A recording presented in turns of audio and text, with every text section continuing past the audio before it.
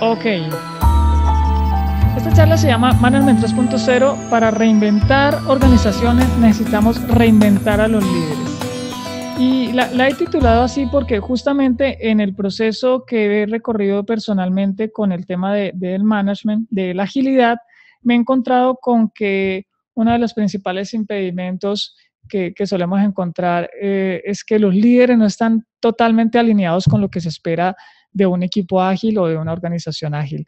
Y bueno, justamente esta iniciativa de Management 3.0 surge de ahí, de ayudarle a los líderes a que logren encontrar mejores formas de gestionar sus organizaciones, siguiendo el mismo espíritu de la agilidad.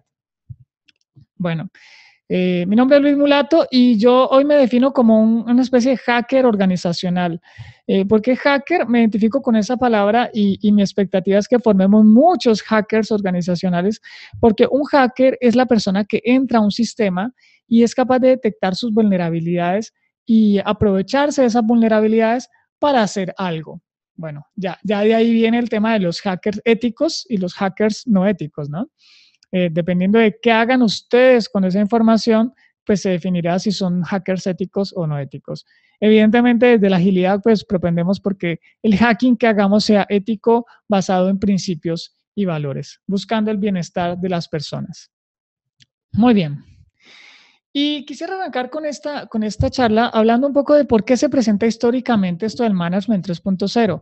Esta historia posiblemente algunos ya la conocen, pero creo que es importante no olvidarlo porque estamos en un momento que creo es coyuntural, es histórico y nos hace partícipes es como estar en una película, de ser actores activos de un proceso de cambio generacional muy importante que se está dando a nivel global.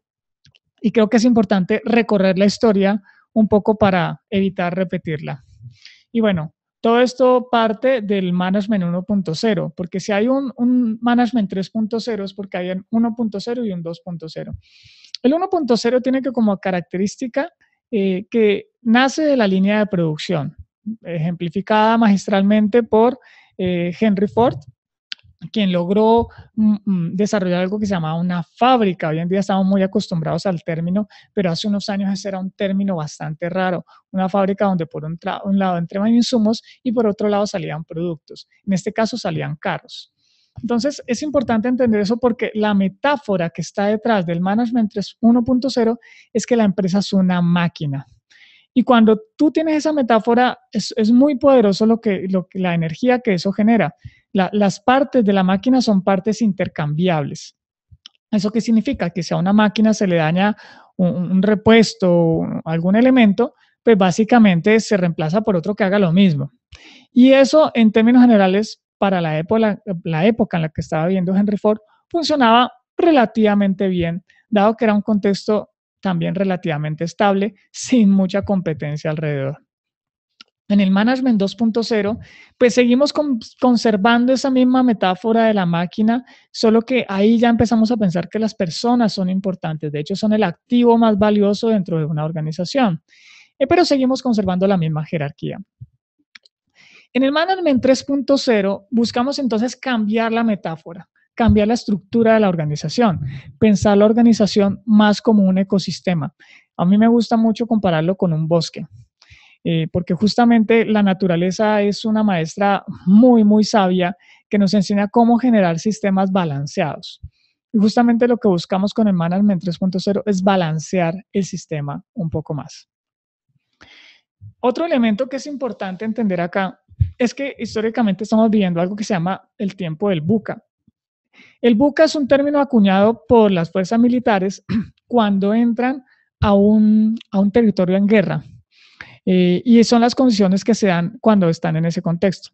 Condiciones de volatilidad, incertidumbre, complejidad y ambigüedad. Por eso se llama buca. Muchos autores dicen que hoy en día estamos recorriendo la era del buca, una era donde todas las industrias están viéndose sometidas a estas cuatro variables, todas al mismo tiempo.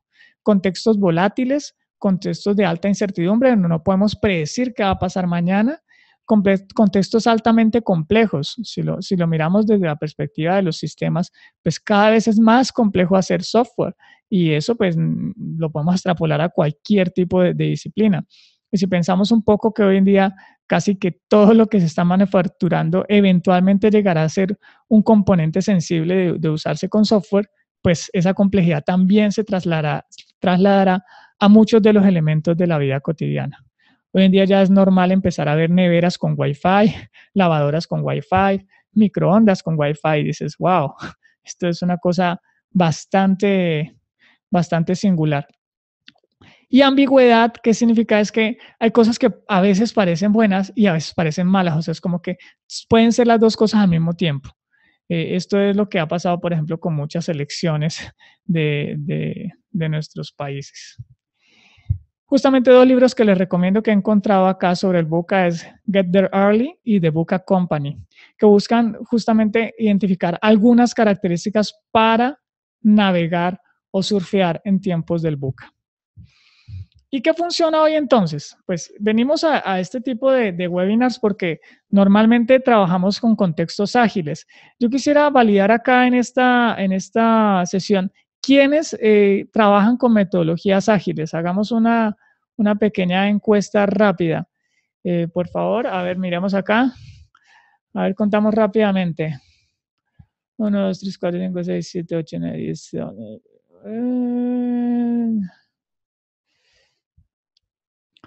Van más o menos unos 30. Bien. Ok. Perfecto. Entonces, las metodologías ágiles vienen a ser como la respuesta a los tiempos del VUCA. Muchas gracias por sus respuestas. Y quisiera mostrarles unos datos que los que vienen del mundo del software seguro que ya lo han escuchado, pero para los que no vienen, me parece importante rescatarlo. Y es que el mundo del software es un mundo que ha vivido en VUCA durante mucho tiempo, solo que no nos habíamos dado cuenta. Y de hecho, esa complejidad de los sistemas se ha ido incrementando con el tiempo. Esta es una estadística del Standish Group que se llama el reporte del caos y se viene midiendo donde muestra la rata de éxito que tienen los proyectos en cuanto a su capacidad de terminar en tiempo, costo y alcance. Básicamente, miren, fijémonos en lo que ha pasado en 1994, que teníamos 16% de los proyectos terminaban en tiempo, costo y alcance. En el 2009 estamos en el 32%. O sea, en el 94, 1.6 de cada 10 proyectos terminaban exitosos. O sea, casi que uno. Bueno, está más cerca al 2. En el 2009 estamos en 32%, o sea, 3 de cada 10 proyectos terminan en tiempo, costo y alcance.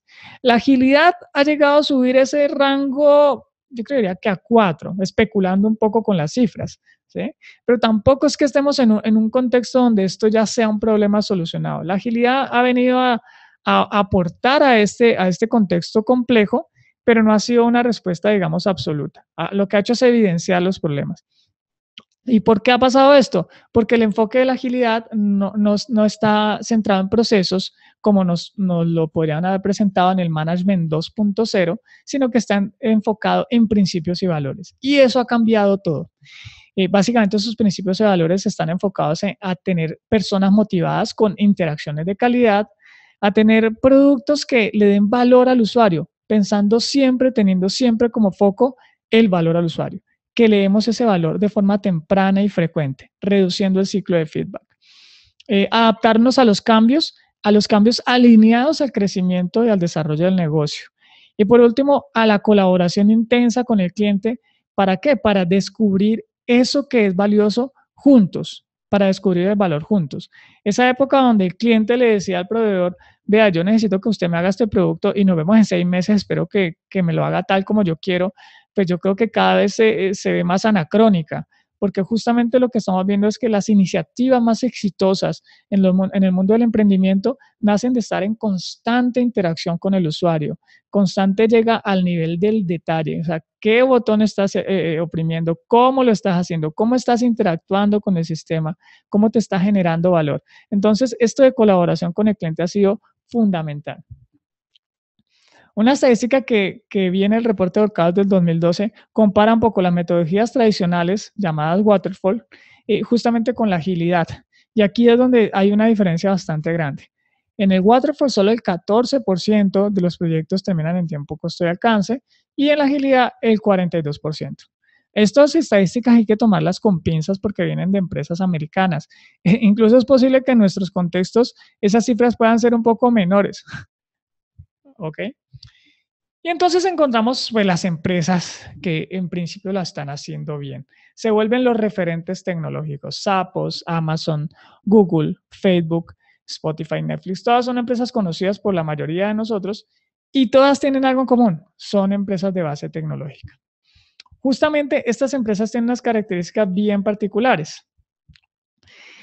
Todas están trabajando con una perspectiva de desarrollo ágil, incluso ya no solo a nivel de producto, sino a nivel de organización, a nivel de sistema. ¿Y por qué? Porque eso les ha generado unas ventajas competitivas, principalmente, por ejemplo, acelera el tiempo de salida al mercado, ¿sí?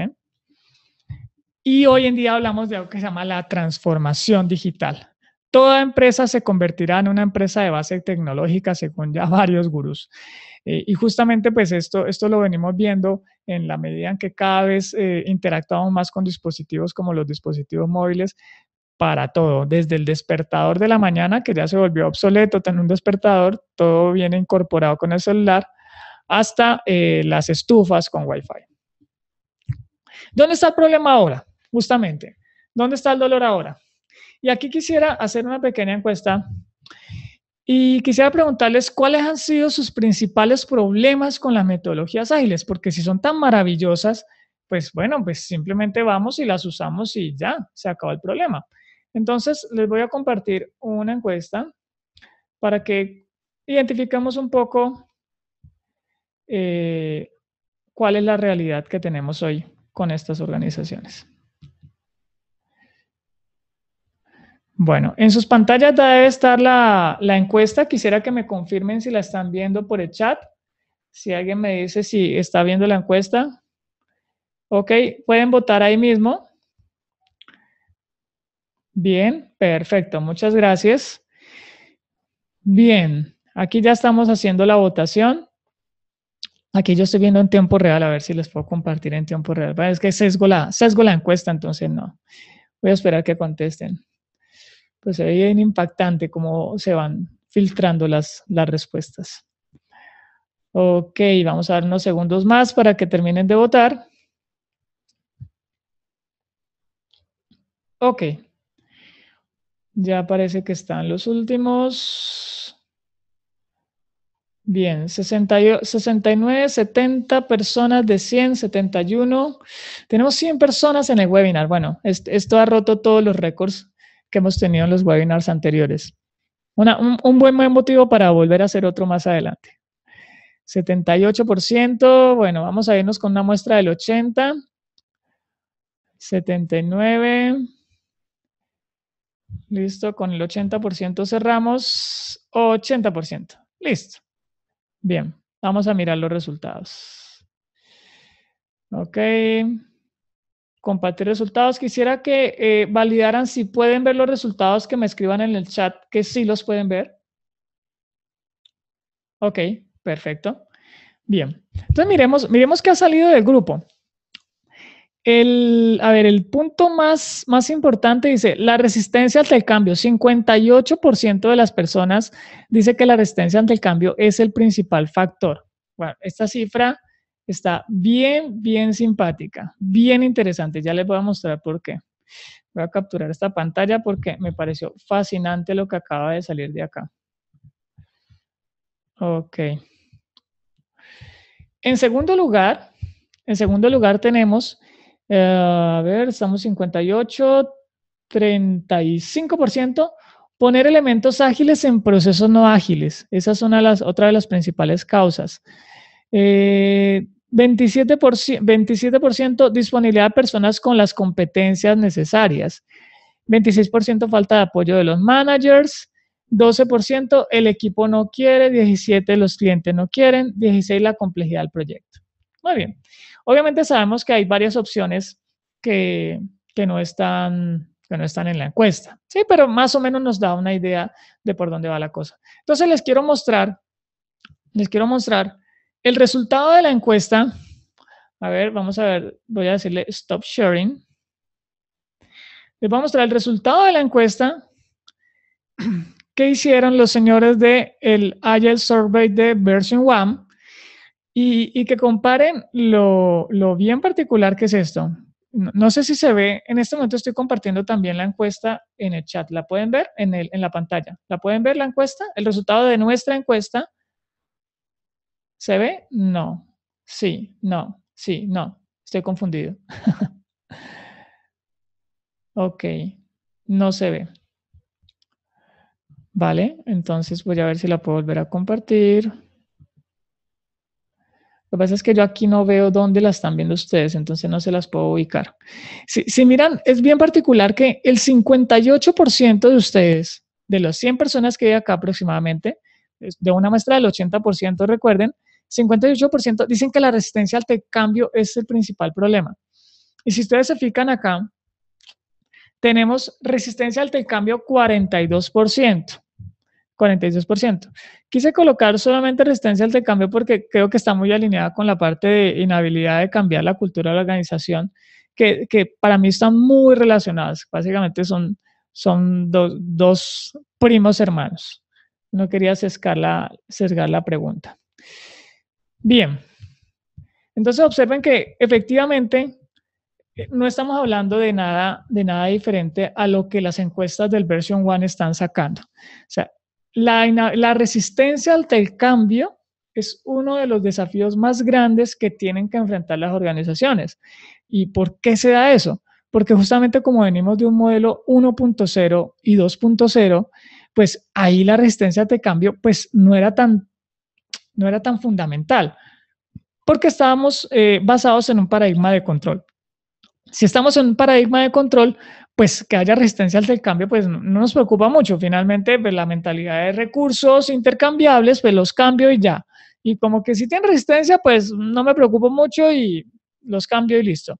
Pero en las empresas que están alineadas a ser empresas de conocimiento, empresas donde el nivel, donde a la gente se le empieza a pagar por pensar y no por repetir cosas, como lo que pasaba en la revolución industrial, que justamente eran tareas repetibles, acá a la gente se le empieza a pagar por pensar, la resistencia al cambio se vuelve un problema muy serio. Y es ahí donde Management 3.0 empieza a decir, bueno, ¿y quiénes son los responsables de lidiar con esa resistencia al cambio? Pues la respuesta justamente está en los líderes, porque los líderes son los que fomentan, potencian o generan mayor resistencia ante los cambios. Mi teoría es que la gente no es resistente a los cambios. Las personas somos resistentes a los malos cambios. Porque a nadie se le ocurriría, por ejemplo, negarse a que le cambien su carro actual por un carro último modelo. Si te cambia tu carro actual por un carro último modelo, 0 kilómetros con 1 año de gasolina gratis. O sea, ¿quién se resistiría a ese cambio? Si ya tienes carro, evidentemente.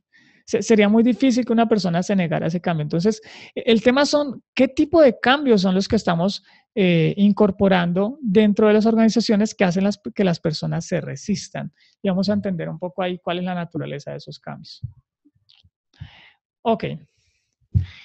En Happy Meli justamente nace de esa problemática. Meli es justamente el icono que escogió Jürgen Appel, el creador de Happy Meli, de Management 3.0, para evidenciar justamente la miseria de los trabajadores en el mundo, donde dice que más del 70% de los trabajadores a nivel mundial odian su trabajo o no están conectados, digamos, de forma fuerte con su trabajo. Y ese personaje está representado por Melition, un personaje de ficción. Y así nace una red de colaboración que se llama Happy Meli, donde justamente hay profesionales de muchas partes del mundo trabajando en el mismo problema. ¿Cómo hacemos para ayudar a los managers a que gestionen el cambio de la organización de forma diferente? Y justamente esto no es una idea súper original, esto ya lo vienen diciendo muchos autores desde hace rato. El problema es que el management es acerca de seres humanos y la tarea del manager es justamente hacer que las personas sean capaces de actuar en forma conjunta porque son el factor crítico y determinante para el éxito. Y el management pues es la piedra angular, frase famosa de Peter Drucker. Entonces, la principal labor del manager es hacer crecer y nutrir el sistema completo, o sea, tener una visión periférica. tener una visión completa de cómo está operando el sistema y estableciendo los límites, las restricciones y la forma en la que deben crecer las cosas. Entonces, los managers son esos responsables. La labor entonces del manager es liderar y diseñar la ejecución del sistema que permita que la compañía logre su propósito. Y los managers entonces deben aprender a nutrir esa creatividad de la organización, justamente. Deben aprender a lidiar con la complejidad para que los equipos logren sacar todo su potencial. Ed Catmull, justamente el que menciona acá en la frase, dice que su trabajo es crear un ambiente fértil y mantenerlo saludable y velar porque las cosas, por las cosas que lo disminuyan. Ed Catmull es el creador de Pixar, una empresa que ha hecho unas cuantas películas que seguramente todos conocemos. Entonces, ¿cómo aprendemos a nutrir la creatividad de las organizaciones cuando ahora son organizaciones del conocimiento? Ahí es donde viene Management 3.0. Lo primero que voy a explicarles es qué es Management 3.0. Management 3.0 no es un framework, no es una metodología, es una colección de juegos, herramientas y prácticas alineadas por un propósito, ¿sí?, que es hacer que las personas sean felices en el trabajo, ¿sí? Esto no significa que los clientes no están de segundo plano, es que la ciencia ha demostrado que las personas que son más felices en su trabajo dan el 200% en el trabajo y eso se refleja en un beneficio grandísimo en el cliente. Una empresa que ha demostrado que esto es cierto de una forma bastante contundente es Zappos, tanto que ellos están catalogados como una de las empresas con mejor servicio al cliente del mundo. Y cuando los entrevistan y les dicen cómo han logrado esto, pues es muy sencillo. Pues justamente, si queremos que las personas den el mejor servicio al cliente del mundo, pues esas personas tienen que ser felices en su trabajo. Entonces, nuestra labor es hacer que esas personas que contestan el teléfono sean lo más felices posible, para que así le puedan dar el mejor servicio al cliente a sus clientes. Entonces, justamente de eso se trata. Necesitamos estrategias más que metodologías rígidas, poco flexibles, necesitamos estrategias dinámicas, flexibles, juegos, herramientas, prácticas que nos permiten ir surfeando porque esto es un contexto complejo y no es de talla única. O sea, cada empresa tiene que ir determinando qué le puede funcionar más. Justamente porque el siglo XXI se ha identificado como el siglo de las economías colaborativas, unas economías donde lo más importante es la capacidad creativa de las personas. Y justamente el management, esta es una frase de las que más me gusta de Jürgen, el management es demasiado importante para dejárselo solo a los managers, ¿no? Jürgen Appel es el creador de Management 3.0 y estos son algunos de los libros que ha escrito, How to Change the World, que es el libro sobre el que se basa toda la propuesta de gestión del cambio 3.0. A él le encanta el número 3.0. El último libro que sacó, que es la colección, el compendio de los juegos más usados de Management 3.0, se llama Managing for Happiness. Particularmente este es un libro, el primer libro que él ha escrito de forma 100% ágil. Este libro se publicó 4 veces, desde post que iba publicando en su blog hasta que finalmente una gran editora como Wiley le imprimió el libro. Pero fue impreso en el camino muchas veces y generó valor desde sus primeras versiones. Un ejemplo bien interesante. Entonces, ¿cuáles son los ejes de Management 3.0? El primero es que hay que energizar a las personas. ¿Por qué esto es importante? Porque ¿de dónde sale la energía para que la gente cambie? Si esa energía no sale de las personas, sino que viene de afuera, en la medida en que la fuente de esa energía se agota, el comportamiento de las personas desaparece. A esto es lo que se llama motivación extrínseca, que por ejemplo los bonos son una forma de motivación extrínseca. Si le quita los bonos a las personas, pues la energía que viene de afuera para que cambien desaparece y las personas van a seguir un comportamiento que no es el esperado. El segundo es empoderarlas. Cuando hablamos de usar metodologías como Scrum, pues una de las cosas con las que arranca Scrum es, vea, para que esto a usted le funcione, necesita equipos autoorganizados. El problema con Scrum, o la ventaja, que para muchos ha sido una ventaja, es que no te dice cómo, pero al no decirte cómo, te enfrenta al desafío de, bueno, ahora me toca pensar a mí cómo lo voy a lograr.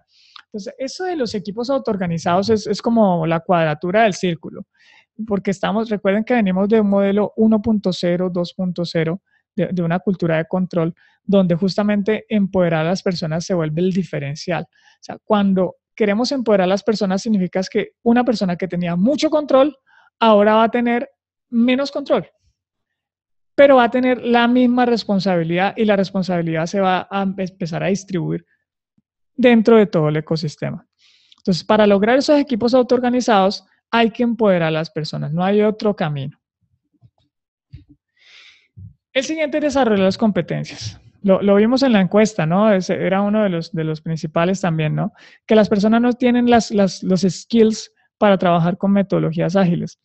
Y yo creería que no solo con las metodologías ágiles específicas, sino que tampoco tienen los skills para trabajar con ciertas habilidades blandas, con inteligencia emocional, con comunicación efectiva. Son temas que han estado muy de moda en las empresas en los últimos años, pero hoy en día cobran mayor vigencia. Skills orientados a que los equipos colaboren de forma orgánica y natural. Otro elemento fundamental es alinear las restricciones. Una forma en la que yo explico esto es justamente no hablar de restricciones desde la perspectiva, o sea, hablar de las restricciones desde el propósito de la organización, porque digamos que los managers, los líderes de la organización son los orientados, los capacitados en que el propósito se cumpla dentro de la empresa, los que velan porque el propósito se cumpla. Y eso significa definir las restricciones, la menor cantidad de restricciones posibles para que el equipo de forma autoorganizada pueda llevar a cabo el propósito de la organización. El quinto es escalar, aprender cómo crecen las cosas. Justamente ejemplos de cómo escalan las organizaciones los hemos encontrado en empresas como Uber, o empresas como Spotify, empresas como Airbnb, que han descentralizado sus negocios. ¿Sí? Escalan buscando que los miembros de la organización sean también corresponsables del éxito de la organización. Les pongo un ejemplo. ¿Quiénes son los responsables de verificar que los carros se laven en Uber?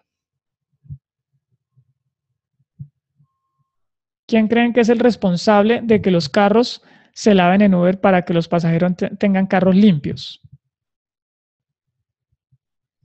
A ver, miramos si alguien en el chat se atreve a contestar. El conductor, claro, evidentemente el conductor. Justamente eso es una forma de escalamiento. ¿Qué hace Uber? Define un sistema, alinea las restricciones y dice a cómo yo defino que él sí cumpla eso para que el cliente tenga lo que necesita. Pues hace una jugada muy inteligente, muy magistral. Reduce el ciclo de feedback. ¿Qué significa esto? Uber define dentro de su plataforma que la persona interesada en que el carro esté limpio le dé feedback a la persona interesada, a la persona que tiene el poder de limpiar el carro más rápidamente. Entonces Uber lo que hace es conectarlos a los dos. O sea, conecta al que limpia con el que necesita que esté limpio y hace que esos dos se hablen, ¿sí? De forma directa. Si el carro no está limpio, la persona califica, este carro está sucio y eventualmente Uber lo penaliza. ¿Sí? Esa forma de escalar hace que el sistema funcione de forma descentralizada o semidescentralizada. ¿Bien?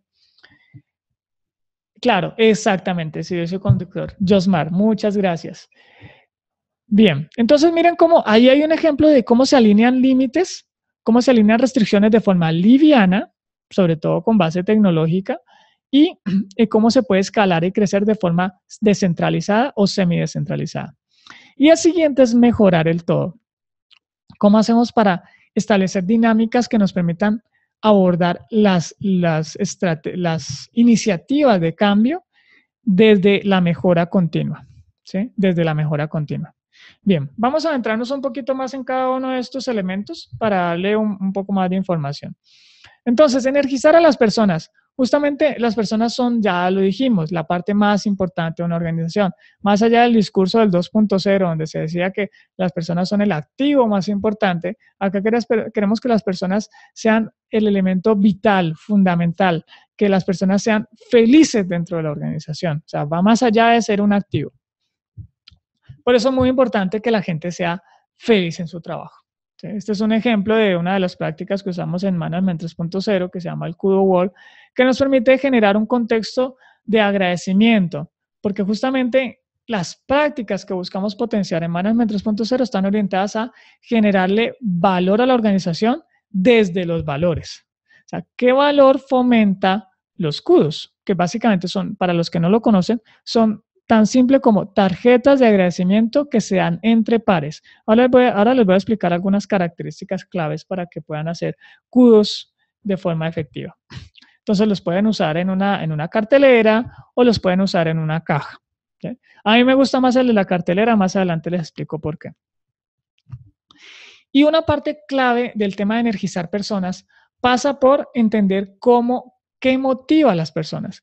Aquí Jürgen hizo una tarea bien interesante de definir, de filtrar de los muchos estudios que en la ciencia se han dado en los últimos 100 años sobre motivación, cuáles eran los motivadores más fundamentales. Y entonces filtró 10. Esos 10 motivadores los llamó los Moving Motivators. Este es un jueguito que encuentran en la página de Management 3.0. Lo pueden jugar para que identifiquen cuáles son esos motivadores de tanto de ustedes como de sus equipos. Yo lo he usado de diferentes formas. Este juego lo he usado, por ejemplo, para entrevistas de personal, ¿sí? Más llamadas entrevistas de recursos humanos, que es una palabra que viene del 1.0.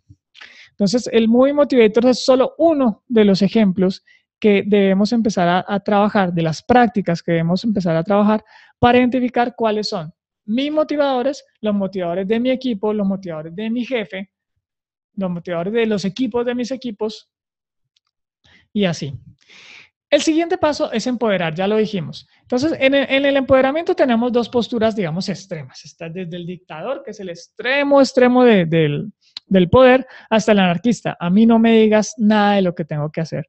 Entonces, ¿cómo combinamos eso para poder estar en un punto donde la organización tenga medidas, tenga reglas, pero que tampoco sea totalmente anárquico y a nadie se le pueda hacer responsable por nada? Una de las cosas que más me ha impactado de lo que he aprendido sobre empoderamiento es que a mayor educación, menos efectivo es el poder autoritario. O sea, entre ustedes más agilidad le enseñen a su equipo, menos efectivo va a ser que siga órdenes, porque básicamente les están enseñando a pensar por sí mismos. Bien, para el tema de delegación y de empoderamiento, en Management 2.0 se desarrolló un juego que se llama los 7 niveles de la delegación o el Poker Delegation. Básicamente el Poker Delegation es un juego que también lo pueden bajar de sitio, está disponible, se lo pueden llevar mañana mismo para trabajar en sus compañías. Es muy, muy poderoso. Si no saben dónde están los juegos, al final les voy a pasar el URL para que los descarguen. Bueno. Ok, en los 7 niveles de delegación, justamente lo que buscamos es entender que la delegación no es algo binario. No es como que yo no estaba empoderado y hacía lo que tú me decías y ahora estoy 100% empoderado. Esto lo que define es un modelo para poder tener conversaciones donde la gente sepa efectivamente en qué nivel de delegación se encuentra. O sea, estoy en un nivel 1, donde el nivel TEL es, yo te digo lo que tienes que hacer y ni siquiera te explico por qué. Ningún nivel es mejor que otro, pero si queremos tener un equipo ágil, la idea es que los líderes vayan con el tiempo transitando la toma de decisiones, sobre todo decisiones estratégicas, del nivel TEL. Yo te digo lo que tienes que hacer, a nivel 7, delegar. Es hazlo como tú quieras, confío 100% en ti. Ese es el truco ahí. Entender que la delegación no es algo binario, sino que es un camino que hay que recorrer. Y aquí la recomendación es hacerlo desde las decisiones estratégicas. Muy bien. El siguiente es alinear límites o alinear restricciones. Justamente aquí la autoorganización puede llevar a cualquier parte. El objetivo es que los líderes puedan definir esas restricciones, esas reglas simples, de cara a entender cómo se gestionan los sistemas complejos adaptativos. Esto tiene que ver mucho con teoría de la complejidad, que es un tema bastante denso, donde los agilistas yo creo que apenas estamos entendiendo por qué la agilidad funciona, porque la teoría de los sistemas complejos explica desde la teoría justamente cómo es que operan estos sistemas y básicamente lo que hemos encontrado es que la mayoría de los sistemas humanos son sistemas complejos, no son sistemas simples o complicados, son sistemas complejos. Y aquí hay un par de frases que me encantan que justamente definen esto de alinear restricciones. La cultura de una organización está definida por el peor comportamiento que el líder está dispuesto a tolerar. Y es justamente donde ahí se ven cómo se desdibujan los CEOs de la organización, permitiendo que se tomen decisiones bastante nefastas. Y justamente yo creo que estamos viviendo una crisis de los CEOs. Los CEOs de las organizaciones, los CEOs, están en una crisis, o sea, no saben cómo gestionar las organizaciones, sobre todo desde la parte emocional. Y vamos encontrando un montón de decisiones terribles. Pues este es un ejemplo bastante famoso, el de Enron. 165 años de prisión para una de las organizaciones que tenía sus valores escritos en letras doradas en la entrada del edificio de Enron, una de las empresas energéticas más grandes de los Estados Unidos. Y decía transparencia, honestidad como sus principales valores. Justamente este liderazgo flácido, este liderazgo débil ha sido el que ha hecho que las organizaciones muy exitosas tengan problemas con los CEOs. Otro de los casos que tengo ahí, súper interesante, que está bien caliente, voy a actualizar esta foto, es el caso del CEO de Uber. Uber, siendo una empresa muy interesante, una empresa del siglo XXI, orientada a crecer horizontalmente, etcétera, ha tenido unas decisiones bastante nefastas con su CEO. Acaba de despedirlo la junta directiva, le dijo, bueno, muchas gracias por tu trabajo, pero creemos que es mejor que te hagas a un costado porque tus decisiones nos están afectando, ¿sí? Y bueno, Uber ha tenido escándalo tras escándalo este año y da como para toda una clase de management corporativo. Muy interesante. Y justamente lo que pasa es que si el mindset de los líderes está alineado a permitir comportamientos que no están alineados a los principios y valores que dice tener la organización, eventualmente eso pasa factura. Desde Management 3.0 la propuesta es justamente la contraria, o mirarlo como en positivo. La cultura de una organización está definido por el mejor comportamiento que el líder está dispuesto a amplificar. Esta creo que es una de las frases más representativas de Jürgen. Y un ejemplo que tengo acá es el de Gravity Payments. Gravity Payments es una empresa que justamente su CEO generó una estrategia bien radical. Yo quisiera compartirles algunas cifras de esto. Y se hizo famoso Gravity Payments porque los trabajadores le regalaron al CEO de la empresa el carro de sus sueños. Le regalaron un Tesla. ¿Y por qué se lo regalaron? Porque él les regaló su bono de fin de año. Su bono de fin de año. Dijo, yo no quiero bono este año, repártanlo entre todos los trabajadores de la empresa. Y ellos lo que, digamos, como sorpresa, le regalaron el Tesla. Entonces, miren lo que pasó con ese bono. Ese bono automáticamente hizo que ese mes el salario mínimo mensual anual subiera a $70,000. Esos son $5,800 al mes. Esos son más o menos en pesos colombianos 17 millones de pesos. Eso es una cifra que aquí se gana fácilmente un ministro. $5,800 al mes para México, pues ustedes ya hacen la equivalencia. Y miren lo curioso. Esto fue en el 2014. Y muchos dijeron, esto es una locura. Y lo que hizo este CEO es que no solo les dio el bono, sino que dijo, y a partir de ahora vamos a buscar que ese sea el salario mínimo anual, $70,000 para toda la organización. O sea, lo mínimo que gana alguien que trabaja en Gravity Payments son $70,000. Entonces, imagínense que la señora que va y hace el aseo gana $70,000 en Gravity Payments. Eso significa que la brecha entre el que más gana y el que menos gana dentro de la organización se reduce. Ahora, imagínense la lista de personas que están interesadas en trabajar en Gravity Payments. La lista es bastante grande. O sea, gente de todo el mundo hace cola para trabajar en esta empresa porque dicen, no, pues con este gerente, como he dicho, pasan cosas increíbles. Entonces, bueno, esto no dejaría más de ser una anécdota, más allá de una anécdota. Y lo que ha venido pasando es que todos los economistas empezaron a decir, esta empresa está loca, ustedes no van a poder sostener ese salario mínimo de $70,000, es imposible que hagan esto. Pues miren lo que pasó. Ellos, de $3.5 millones que estaban facturando en el 2014, subieron a $6.5 millones en el 2015. Y las cifras siguen creciendo. con el mismo equipo que tenían. O sea, lo que pasó es que generaron una ola de agradecimiento tan grande, una ola como de cosas buenas dentro de la compañía, que eso se empezó a filtrar en los clientes. O sea, los clientes ahora quieren trabajar con un CEO, con una empresa donde su CEO es un CEO que vive y defiende sus valores a capa y espada, y los clientes lo premian usando su plataforma. O sea, esto lo que hizo fue generar justamente una ola mediática, pero que no bajó con el tiempo, sino que se mantuvo. Y hasta ahora el experimento continúa. O sea que habrá que ver en unos años qué pasa con eso, pero miren lo interesante, como la frase que comentábamos hace un momento de que una cultura de una organización es definida por el mejor comportamiento que un líder está dispuesto a amplificar, termina generando unos resultados que no es posible predecirlos. Miren que ahí está pintado un tema del buca.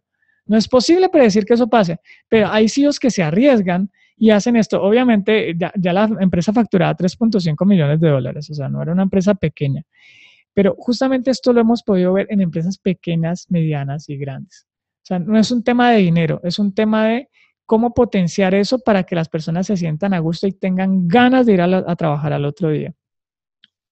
El siguiente es desarrollar la competencia. Aquí Josué Aarón está escandalizado con la cifra. Dice, wow, bien, sí, claro, imagínate. Aquí estoy viendo chat por los laditos. Desarrollar la competencia. Entonces, aquí básicamente hablamos de que una empresa que no capacita a sus personas es una empresa que está muriendo, porque estamos trabajando en un contexto donde a la gente se le paga por pensar. Entonces, si no capacitas a las personas, va a ser muy difícil que logres generar el máximo de tu potencial. Henry Ford tenía frases muy nefastas, pero también tenía algunas buenas. Una de las que me gusta de Henry Ford, que ha sido uno de los emprendedores más grandes de toda la historia, dice que la única cosa peor que entrenar a unas personas y que se vayan es no entrenarlas y que se queden, porque justamente te quedas con las personas menos capaces de hacer las cosas como tú las necesitas. Entonces, miren lo fundamental. Y ahí siempre vamos a encontrar que hay dos formas de hacer el trabajo. Esta gráfica me parece genial porque primero no es de software y te muestra justamente cómo pueden trabajar dos personas con los mismos materiales, con las mismas especificaciones, dos tareas completamente distintas. Siempre hay dos formas de hacer el trabajo. La búsqueda de la excelencia no es una opción hoy en día en la era de las empresas del conocimiento. Entonces aquí en este módulo de lo que hablamos es de cómo generar estrategias, juegos y prácticas para desarrollar competencia individual, para generar contextos colaborativos, para aumentar el nivel de comunicación de los equipos, para generar tensión creativa justamente y para generar estructuras de trabajo diferentes donde estemos alineados a visibilizar rápidamente cuáles son las competencias de los equipos dentro de esas estructuras. Aquí Jürgen ha llamado a estos trabajadores de conocimiento, ya ni siquiera trabajadores de conocimiento, sino trabajadores creativos, los creative workers, ¿sí? que buscan justamente ser más allá del trabajo del conocimiento, son personas que explotan la creatividad. En Google, en el libro de How Google Works, se habla justamente de que estos Smart Creatives, que es como la forma en la que ellos lo llaman, tienen unas características donde son expertos en negocios, son expertos en tecnología y tienen muy buenas relaciones. O sea, son características fundamentales para las personas que trabajan allá. Ok, el siguiente es escalar la estructura. En esto ya habíamos hablado un poco. Las empresas pueden escalar desde la forma tradicional, de forma bastante vertical. La aproximación acá es entender cómo escala la naturaleza. ¿Cómo escala la naturaleza? La naturaleza escala de una forma bastante dinámica y hay diferentes formas de escalamiento. El escalamiento jerárquico, donde tenemos una estructura central que controla todo, y el escalamiento distribuido o semidistribuido, como el escalamiento fractal. Eso es como la diferencia entre una estrella de mar y una araña. ¿Qué le pasa a una araña cuando le corto la cabeza? Pues se muere porque es un organismo centralizado. ¿Qué les pasa a una estrella de mar cuando le corto la cabeza? Pues básicamente nada, porque no tienen cabeza las estrellas de mar.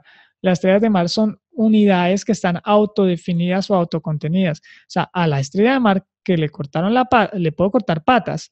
A la estrella de mar que le cortan una pata, pues justamente lo que pasa es que le crece otra pata donde estaba esa pata. Y en algunos tipos de estrellas de mar, esa pata que se desprendió se vuelve a sí mismo una estrella de mar. Entonces es fascinante ver cómo esos organismos crecen en el tiempo. Aquí la propuesta que se está desarrollando, esto está, mejor dicho, en real time, esto es work in progress literal. Es la propuesta de las empresas que son shape shifters, ¿sí? Como que las empresas que son capaces de evolucionar en su forma. O sea, la propuesta de Happy Meli, justamente en la que está trabajando Jürgen activamente, es el identificar que las empresas deben ser capaces de mutar, de transformarse y de plantearse de acuerdo al contexto dependiendo de la estructura que necesita. El ejemplo que pone aquí es el ejemplo del T-1000 de Terminator, que era capaz de cambiar de forma, ¿sí? Entonces, las shapeshifters son estas empresas que son capaces de mutar dependiendo de cómo funcionan, del contexto en el que van a operar. Una empresa que hace esto, que es bien simpático como sucede, es Spotify. En Spotify los equipos trabajan de forma descentralizada y obviamente tienen unas metas comunes, pero digamos que no tienen unas reglas centralizadas rígidas y claramente establecidas a nivel de detalle, sino que cada equipo va armando las cosas de acuerdo a su nivel de expertise y de sus necesidades. Y tienen, digamos, tribus que están encargadas de operar y squads y una serie digamos, de comunidades transversales que se encargan de difundir las prácticas entre los diferentes equipos. Eso en el área de desarrollo, pero en el área de ventas es una empresa muy orientada al control, un poco más tradicional que el otro. Entonces, mira que es una especie de shape shifter. O sea, para unas cosas trabajan desde el control, para otras cosas trabajan desde contextos flexibles y adaptables. Tengo una consulta aquí de María. Dice, según el Management 3.0, las empresas necesitan especialistas o generalistas. Justamente aquí, hablando un poco de escalamiento, de lo que se trata acá es de encontrar la justa medida, porque, por ejemplo, hay equipos donde buscamos que sean más generalistas, equipos de desarrollo, por ejemplo, un equipo de desarrollo de software, que es una cosa súper dura. Tener un equipo cross-funcional es mucho más beneficioso porque acá no estamos hablando de una cosa repetitiva o repetible. Entonces, tener silos que separen por funciones las labores, lo que hace es generar un lead time, un tiempo de entrega mucho mayor porque los canales de comunicación están más dispersos dentro de la estructura. Cuando tienes un equipo cross-funcional, pues tienes a todas las personas interesadas jugando dentro del mismo equipo. Eso es básicamente, imagínense un partido de fútbol donde los defensas juegan un partido, los mediocampistas juegan otro y los delanteros juegan otro, ¿sí? Entonces tienen que ponerse de acuerdo y tener protocolos de comunicación. Entonces, en ese tipo de contextos se favorece más un contexto donde los equipos son generalistas. Pero yo quisiera hacer un alto ahí con lo de generalistas porque no significa todero. En Colombia le llamamos todero. No es una persona que hace de todo. Un generalista es un especialista que tiene competencias adicionales en al menos una, dos o tres cosas, ¿sí? Es lo que llaman los perfiles T. O sea, tienen una vertical especialista, pero tienen competencias en otras dos. Esto es, el programador que también sabe hacer pruebas y es competente en hacer pruebas, y también sabe de análisis o sabe de UX. El diseñador gráfico, que es especialista en diseño gráfico y es capaz de hacer testing, por ejemplo. A eso se refiere acá en este contexto con generalista. No es que haga de todo y no sea bueno en nada. Es que sea especialista en una cosa. Piensen en el fútbol, que es el ejemplo más sencillo. Eso es como que un delantero no sepa sino atacar. O sea, los delanteros también deben saber trabajar en el medio campo y también eventualmente necesitan bajar a defender. Y puede que no sean muy buenos defendiendo en el medio campo, pero son competentes. Porque en el fútbol no se juega por roles, sino se juega por posiciones. Y esa es como la metáfora que a mí me gusta plantear ahí. Tú en un equipo de desarrollo, en un equipo que están buscando crear algo, son posiciones que tienen que ser ocupadas por personas, con las personas más competentes que en el contexto estén disponibles. ¿Sí? Entonces, esas posiciones eventualmente pueden estar ocupadas por una persona que es solo especialista en eso, pero el problema es que se vuelve un silo, se vuelve un cuello de botella y es mejor si tenemos una persona que sea cross-funcional o que incluso se trabaje de a pares ciertas labores, y a eso se refiere un poco el tema de los especialistas y los generalistas. Y por otro lado, también hay unidades de negocio o unidades de apoyo que pueden ser especialistas. Por ejemplo, una unidad que sea de soporte, ¿sí? De soporte en infraestructura. Cuando digo soporte en infraestructura me refiero a proveer los equipos, proveer los temas de redes, proveer todo lo que tiene que ver con la infraestructura física, que no interfiere dentro del flujo de valor directamente, sino que es plataforma de apoyo, ¿sí? Ahí tener un equipo de especialistas pues funciona muy bien, ¿sí? No sé si quedó respondida la pregunta, María. A ver si tenemos a María por ahí. Entonces, tenemos equipos donde podemos potenciarlos, que trabajen como equipos cross-funcionales. A mí la palabra generalista no me gusta en particular porque da esa sensación de todero, como que ahí hace las cosas medio chambón.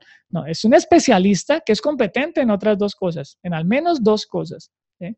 Se dice al menos dos porque pues buscamos que tengan como una especie de equilibrio. Bien. Ok, si quieren conocer más de Agility Scales, pueden encontrar en medium.com agility-scales información sobre cómo se está haciendo la propuesta. Bien, y el último eje, ¿sí?, es mejorar el todo. ¿Cómo hacemos para entender la dinámica de gestión del cambio que sigue una organización? Bueno, aquí hay una grafiquita con la que yo podría hacer toda una charla, que para los que me conocen me encanta, que es la curva de la difusión de la innovación de Rogers, que fue hecha por allá en 1962. O sea, este personaje lo que hizo fue volver famoso un estudio que ya existía y donde dice que toda innovación tecnológica pues tiene una distribución en forma de campana, donde tenemos unos innovadores, early adopters, early majority, late majority y laggards. ¿Okay? Entonces así podemos ver, por ejemplo, cuando salieron los celulares, los primeros que fueron capaces de comprarlos, a eso les llamamos los innovadores. Bueno, realmente los innovadores serían las personas que son capaces de decir, yo puedo construir un celular. Esos son los innovadores. Los early adopters son otro grupo bien particular que son diferentes a los innovadores. Piensen en los innovadores como Steve Wozniak. Steve Wozniak, que era como el partner de Steve Jobs. Steve Wozniak era el tipo que era hábil con el hardware, el tipo era durísimo. 2.5% de la población es capaz de hacer eso. Entonces, los innovadores hacen cosas por el gusto de hacerlas. Es lo que hoy en día se le llaman los makers, ¿sí? Esas personas que hacen cosas porque les gusta.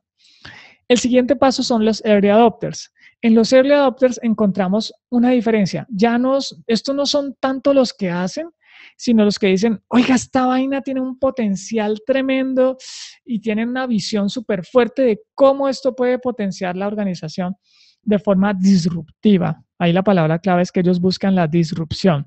Estos son los que buscan la revolución. Estas son las personas, y ahí está Steve Jobs, ¿sí? Era un early adopter. El tipo tomaba las tecnologías y decía, esto lo podemos aplicar de esta manera y por aquí nos vamos a ir. Esta es la forma en la que lo vamos a implementar, ¿sí? Entonces, los early adopters tienen esa característica, son visionarios. Y en estos dos grupos están los agentes del cambio. Luego vienen los early majority. Aquí hay una diferencia súper fuerte y si observan que hay un puntico acá, que la línea que une los early adopters y la early majority, a esa línea se le llama el abismo. El abismo. Hay un libro muy famoso que se llama Crossing the Chasm, Cruzando el Abismo, que creo que lo tengo por acá. Muy, muy recomendado, lo encuentran en español, una lectura rápida, acaba de salir nueva versión hace unos, no sé si hace poco, pues realmente esta edición es bastante nueva. Cruzando el Abismo, donde les explican toda esa grafiquita súper bien. Justamente la diferencia entre los early majority y los early adopters es que los early majority buscan la ventaja competitiva, pero déjame trabajar como ya venía. No se alcanza a ver, se llama Cruzando el Abismo. Si alguien lo puede escribir por el chat. A ver si puedo yo por acá. Cruzando el Abismo, del señor Geoffrey Moore. Geoffrey Moore. Ok. Es súper, súper recomendado. Lectura obligada para los que están haciendo Management 3.0. Gracias, Cristian. Muy bien. Ok. Ya estamos cerrando nuestro webinar y quisiera entonces comentarles un poquito de algunas estrategias, de algunos elementos claves para ahora, para al momento de gestionar el cambio, ¿sí? Aquí viene la propuesta de gestión del cambio 3.0 que está en el libro How to Change the World. Y justamente ahí hablamos de cómo se gestiona el cambio dentro de la organización, entendiendo primero cuál es la cultura de la organización. Tengo que aprender a bailar con el sistema, ¿sí? Es, primero, identifica la cultura, identifica cuál es tu estrategia, ¿sí? Ahí el ejemplo que se da para hacer eso es tener el ciclo de Denim como una de las premisas, ¿no? Planear, hacer, verificar y actuar. Que básicamente el mismo Scrum, si se fijan, planear, hacer, verificar y actuar. Es una forma más moderna de decirlo. Lo que ha cambiado acá es que los ciclos de retroalimentación son mucho más cortos. Esa es la diferencia grande. O sea, podemos tener una visión a largo plazo, pero la retroalimentación la vamos a buscar más rápido. El segundo elemento es la capacidad de entender cómo trabajar, cómo motivar a las personas para que generen cambios por ellos mismos, que nazcan de ellos y que sientan que son de ellos, ¿sí? Ahí existen varios modelos de gestión de cambio personal. Uno de los que trabajamos en el taller de los que existen se llama ADKAR. A mí me gusta mucho ADKAR porque las dimensiones que plantea son bien interesantes. Plantea que para que haya un cambio personal necesitas que haya awareness, eso es como conciencia de que el cambio es importante, deseo, conocimiento, habilidad y una plataforma de refuerzo que sea transversal a todas las otras 4 dimensiones. El tercer elemento es definir con quién estoy interactuando. No es lo mismo que ustedes le hablen a un innovador, que le hablen a un early majority, que le hablen a un laggard, a un rezagado, ¿sí? A cada uno hay que hablarle distinto, con cada uno hay que definir una estrategia particular, porque si no, te van a bombardear tus iniciativas.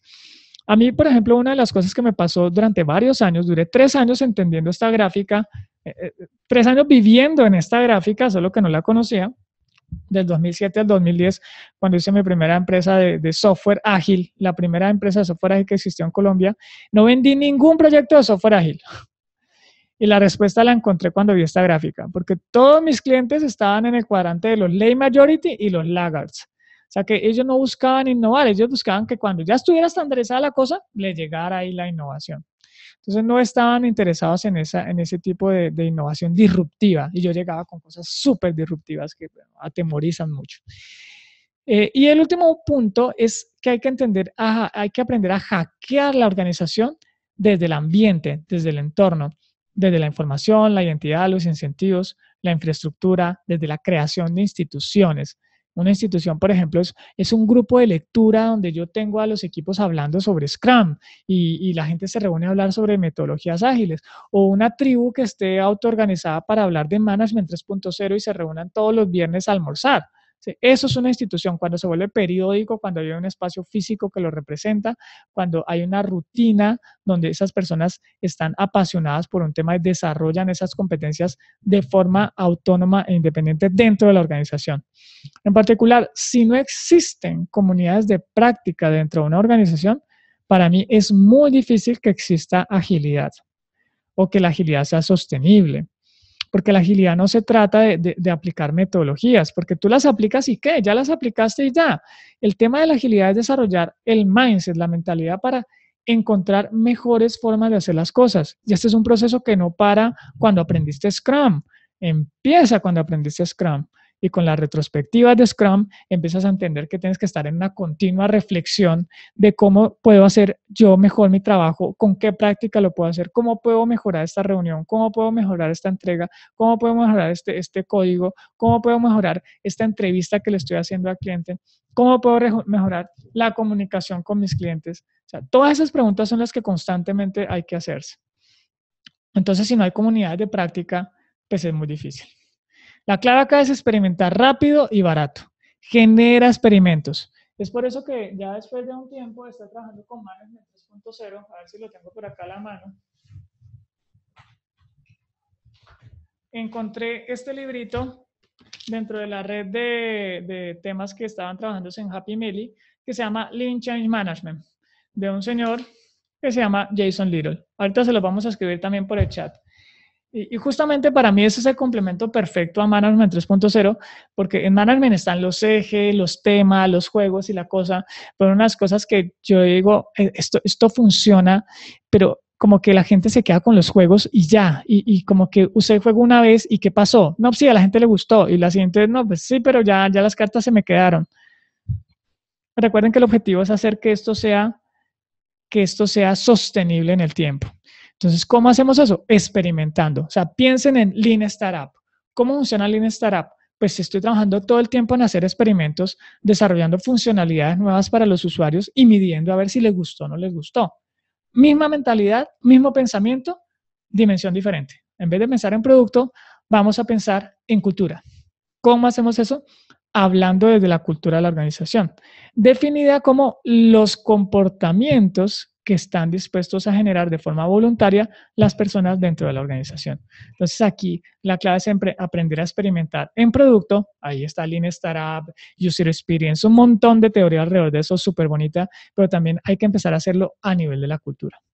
¿Sí? Porque si la resistencia al cambio no se trabaja, pues va a ser muy difícil que una organización cambie. O sea, podemos hacer buenos productos, pero nuestra rata de rotación de personal va a seguir siendo alta. Por lo tanto, eso no va a ser sostenible. ¿Y cómo iniciar el cambio? Pues muchas organizaciones buscan hacer ese cambio entendiendo cómo podemos cambiar a las personas. La clave acá es que esa estrategia de querer cambiar a las personas es bastante nociva, viene del 1.0 y del 2.0. Aquí la propuesta es, tenemos que buscar es cambiarnos a nosotros mismos. Por eso yo el desafío que les hago es que los invito a que empiecen a experimentar desde ustedes, o sea, empiecen a hackear sus propios hábitos y cuando se den cuenta de lo difícil que es cambiar un solo hábito, una sola rutina que ustedes tengan, ahí vamos a entender lo difícil que es para un equipo generar un cambio de trabajar tradicional a trabajar ágilmente. Pero en la medida en que vayamos entendiendo esas dinámicas de cambio cultural en nosotros mismos, pues vamos a poder desarrollar esa experiencia colectivamente junto a otros de nuestra tribu para que esos cambios se vayan propagando dentro del sistema. ¿Sí? Aquí quisiera compartirles, por ejemplo, unos pequeños hacks que existen para trabajar con CUDOs dentro de una organización. 6 reglas para generar buenos incentivos de Management 3.0. Por ejemplo, en los CUDOs, voy a aplicarlo directamente a los CUDOs, que es el caso que quisiera contarles, porque es el caso más fácil de hacer, que lo pueden usar mañana mismo, pueden descargar las tarjetas y empezar a usarlos. Y es que los CUDOs, por ejemplo, no son promesas, no se hacen por adelantado. En cualquier momento, cualquier persona, cuando ve que una persona hizo un comportamiento ejemplar, hizo algo por alguien que no tiene que haber sido por ella misma, le da un CUDO, le da una tarjeta de felicitación y va y la pega en el tablero. Mantén los incentivos anticipados y pequeños. Pues son tarjetas muy baratas, se pueden imprimir en papel en la oficina, papel de reciclaje, no tienen que ser de colores, pueden ser hechas a mano, como ustedes quieran. Eso es un incentivo pequeño, pero que mantiene a la gente generando un contexto de agradecimiento constante. Incentiva continuamente. ¿Esto qué significa? Los CUDOs no solamente se dan un día a la semana, se pueden dar todo el tiempo, no solo una vez. Recompensa públicamente y en privado. Bueno, aquí entonces lo que hacemos, el hack para esta práctica es que los repartimos. ¿Cuándo los repartimos? Normalmente el fin de semana, el viernes en la tarde hacemos la repartición de los CUDOs y los damos públicamente. Fulano le da a fulano por tal cosa. Y si están los dos ahí, pues cuentan qué fue lo que vio, qué fue lo que generó. Recompensar comportamiento, no solo resultados. Aquí de lo que hablamos es que no solamente se premia a la persona que logró sacar con éxito una iniciativa, sino que hizo todo lo necesario para que saliera, independiente de si lo logró o no. Como acá no hablamos de incentivos grandes, pues es fácil lograr generar una dinámica de estas, donde lo que premiamos es el esfuerzo de las personas y no si hizo el gol o no hizo el gol. Obviamente nos interesa que haga el gol, claro, pero si no hizo el gol, nos interesa que no se desanime para que lo siga intentando. Es que es el punto ahí clave, ¿sí? Y la celebración del gol va a ser una celebración colectiva. Reconocimiento entre pares y no entre subordinados. Aquí lo que buscamos es que los CUDOs se repartan entre compañeros de trabajo. Si ustedes se fijan, esto es muy fácil de entender, muy difícil de hacer. Porque muchas empresas empiezan a darle la vuelta, a tergiversarlo, y lo que terminan es hackeando la propia iniciativa. Y acá, por ejemplo, algunas empresas lo amarran a premios. Entonces, el que tenga más kudos, le vamos a dar una pizza. Esto nos pasó en una organización. Entonces, ¿qué pasaba? Se arma el cartel de la pizza. Entonces, la gente empieza a repartirse kudos porque es que el que más tenga se gana la pizza y ya desvirtúan la práctica. La práctica lo que busca justamente es que las personas hagan las cosas porque les nace, porque les gusta. La mejor forma de aplicación de kudos que yo he visto hasta ahora la vi en México el mes pasado. Esta es una pizzería que queda ahí ay, se me va el nombre, por la zona rosa, donde básicamente venden pizza, los invito a que la conozcan, se llama Pizza con X, y tienen un modelo de negocio muy 3.0. Todo es un modelo de negocio súper interesante a lo 3.0. Y acá, por ejemplo, tienen un tablero de kudos para el público. Entonces, ¿cómo funciona? Ellos tienen una labor social muy bonita y es que ayudan a chicos en situación de calle a que salgan de las calles y las tarjetas de felicitación son una forma de incentivo que los clientes que compran la pizza le dan a los usuarios, a los chicos en situación de calle. Entonces, ahí cuando compras 5 pizzas, ellos regalan una. Entonces, esa pizza que ven, la tarjeta representa la pizza que están regalando. Y ellos escriben ahí un mensaje. O sea, nosotros los usuarios escribimos el mensaje y se lo ponemos ahí en el tablero. La gente cuando entra lee estos mensajes y dice, wow. Si alcanzan a ver aquí en la parte izquierda de la foto donde está Rox, la superagilista mexicana, ahí hay una camiseta. Es una pizzería que vende camisetas y la gente compra las camisetas porque tienen una labor social muy fuerte y tienen todo un modelo de negocio muy a lo 3.0 donde generan prácticas que empoderan a las personas. Justamente el fundador de esta iniciativa dice que es una pizzería, es una fachada de pizzería que lo que busca es generar un contexto de empoderamiento social. Entonces miren cómo una práctica como los cubos incluso la podemos llevar al negocio, directamente al negocio. Esos cubos son escritos por los clientes y uno lee esas tarjetas de felicitación de los clientes hacia estos chicos en situación de calle y dice, wow, quiero seguir comprando, quiero seguir apoyando esta iniciativa porque me parece que tiene un propósito noble. Ahí miren cómo él alinea las restricciones y dice, mi propósito es ayudar a estos chicos, pero también darte una pizza deliciosa, que esté hecha con productos mexicanos y que genere beneficio para toda la cadena de valor local. Bien. Obviamente todo esto es más fácil decirlo que hacerlo, pero miren, acabo de darle un ejemplo de una pizzería, un negocio que puede ser el más sencillo del mundo comparado con una entidad muy grande y sin embargo lo están haciendo. Este fue un ejemplo fortuito que me encontré en uno de los últimos talleres que hice en México, donde me decían, pero Luis, danos un ejemplo de una empresa local que haga esto así, y me los encontré al frente del hotel donde estábamos haciendo el taller. Fue increíble. Entonces ya vamos viendo que mejorar la felicidad de los trabajadores es la misión de los managers 3.0. ¿Sí? El management 3.0 entonces busca es gestionar el sistema, no gestionar las personas. Las personas se gestionan solas y el sistema va emergiendo de las iniciativas que surgen de las personas. Entonces, ¿cuál es el desafío de los managers en el siglo XXI? Reinventarse para reinventar las organizaciones. Las organizaciones no se van a reinventar si los managers no hacen un trabajo fuerte de trabajar en su mindset, trabajar en sus comportamientos, en sus relaciones. Muy bien. Con esto, pues terminamos la charla y quisiera invitarlos a los próximos entrenamientos que vamos a tener con nuestros amigos de Scrum México. Ahí pueden ver las fechas y pueden ver la dirección. Es con org.mx/calendario. Ahí pueden ver toda la programación de talleres que tenemos programado. Vamos a estar ahora 18, 19 y 20 de septiembre con el de Management 3.0 y el 25 y 26 vamos a estar con el de Lean Change Management, que es como la parte donde ya volvemos eso que aprendimos en Management y otras cosas, otras prácticas más, experimentos a los que les podemos hacer mediciones y definimos los lineamientos para hacer buenos experimentos ágiles. Aquí lo que vamos es aprender a hacer experimentos sobre la cultura como si fuera un producto de software, como si fuera la aplicación de Lean Startup, pero aplicada en cultura organizacional. Bueno, vamos a ver si tenemos alguna pregunta adicional. Wow, fuerte y claro. Seguimos viendo la diapositiva del caos.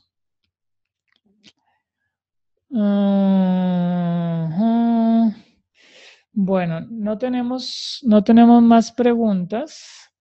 ¿Estará disponible la conferencia? Sí, la conferencia la vamos a poner pública para los que asistieron a este webinar. Les vamos a mandar el link. No es un link público, es un link privado para ustedes que fueron los que asistieron a toda esta hora de charla. Les agradezco muchísimo por haber permanecido en la audiencia. De los 100 que están registrados, todavía tenemos 91 personas, cosa que me deja muy contento y espero que podamos hacer otro. Después en el correo de respuesta les voy a preguntar sobre qué temas les gustaría que habláramos en el próximo webinar. Y bueno, nos seguimos viendo, chicos. También vamos a compartir la presentación. Muchísimas gracias por escucharme y por estar atentos a estos temas de Management 3.0. Entonces, nos veremos pronto, chicos. Un abrazo gigante y a experimentar con CUDOS, que es la más fácil que podemos hacer ahora ya mismo, y les vamos a mandar el link por el chat para que tengan el tablero de CUDOS disponible. A ver si lo puedo mandar por aquí rápidamente. Lo encuentran en Management 3.0 CUDOS. Ahí les va a salir la paginita. Bueno, y quedo pendiente para saber qué otros temas les gustaría que trabajáramos en estas sesiones de webinar. Si quieren que expliquemos alguno de los juegos o alguna práctica adicional que hayan visto del libro o que puedan o que crean que pueda sumar al colectivo de juegos que ya existen. Bien. Bueno, un abrazo para todos y nos vemos la próxima. Chao, chao.